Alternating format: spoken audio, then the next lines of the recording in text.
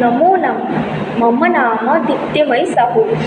अहं केन्द्रीय संस्कृत विश्वविद्यालयस्य श्री सदाशिव परिसरे पठामि। मम अनुक्रमाङ्कः भवति 88 अथवा 88।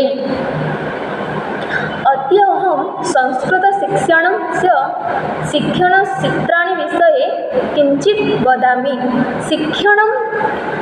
शिक्षणं सरलं, सुरसं, सुग्राह्यं, रुचिकरं स्यात्। सन्दर्भे मनोवैज्ञानिक आधारे हि अनेकानि शिक्षणसूत्राणि संस्कृत अध्यापने सन्ति। शिक्षणसूत्राणि एतादृशानि सरलानि सन्ति यहि अध्यापकः स्वशिक्षणं सफलतापूर्वकं करोति। शिक्षणसूत्राणि सन्ति ज्ञातात् अज्ञातं प्रति, सरलात् कठिनं प्रति, पूर्णात् अंशं प्रति, विशेषात् सामान्यं प्रति इत्यादीनि सन्ति। आदौ विचारणीयविषयः भवति ज्ञातात् अज्ञातं प्रति।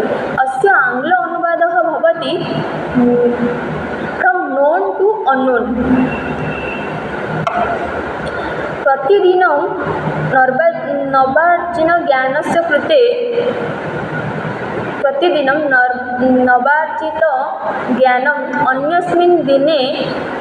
अन्यस्मिन् नवीनज्ञानस्य कृते पूर्वज्ञानं भवति। छात्राणां पूर्वज्ञानं पूर्व अनुभवस्य नूतनज्ञानप्राप्तौ पूर्वज्ञानं सम्बन्धविना नूतनज्ञानस्य मस्तिष्के प्रवेशः न भवति। नूतनज्ञानस्य पूर्वज्ञानेन सह सम्बन्धः भवति। अज्ञातविषयस्य ज्ञानप्राप्तये ज्ञातविषयः सहायकं भवति।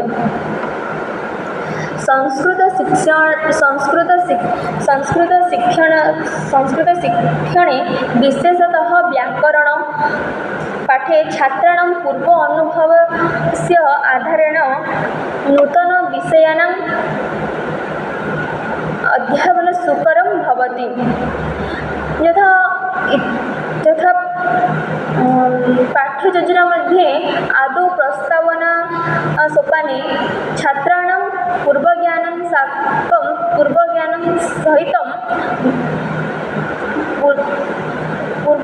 सहित नूतनविषयस्य सम्बन्धः स्थापयति। तेन अज्ञातः पूर्वज्ञानात् परः नवीनज्ञानस्य कृते पूर्वज्ञानं भवति। इतः परम् आगच्छति सरलात् कठिनं प्रति। अस्य आङ्ग्ल अनुवादः भवति फ्रम् सिम्पल् टु काम्प्लेक्स्। इदं सूत्रं पूर्वोक्तसूत्रेण साकं सादृश्यं भवेत्। ज्ञातविषयः सरलं भवति, अज्ञातविषयः कठिनं भवति। अध्यापकः सरलविषयम् आदौ पाठ्यते, अनन्तरं कठिनविषयं प्रति गच्छति। यथा अलङ्कारशास्त्रे आदौ उपमा अलङ्कार आदि पठनं भवति, अनन्तरं रूपक अलङ्कारादि पठनं भवति। इतः परम् आगच्छति छन्द। यथा अनुष्टुप् छन्द आदौ पठ्यते, अनन्तरम् उपजाति, श्रद्धरा आदि छन्दं पठ्यते। इतः परम् अन्यशिक्षणसूत्राणि आगच्छति स्थूलात् सूक्ष्मं प्रति। संस्कृतशिक्षणे स्थूलानि वस्तूनि इन्द्रियगोचराणि सन्ति। स्थूलवस्तूनां ज्ञानं सुलभं भवति। वस्तूनि प्रदर्श्य छात्राणां सम्मुखे आदौ वस्तूनि प्रदर्श्य तेषां नाम, स्वरूपं, स्वभावं च क्रमशः वर्णनीयम्। यथा छात्रः एकं कदलीफलं दर्शनेन तेषां नेत्रेण तस्य तस्य आकृतिः दृष्टिगोचरः भवति। परं तस्य आकारः नेत्र इन्द्रियं द्वारा तस्य आकारः ग्रहणं भवति। त्वक् इन्द्रियेण तस्य मृदुत्व आदि ग्रहणं भवति। इतः परम् आगच्छति पूर्णात् अंशं प्रति। आदौ छात्राणां पुरतः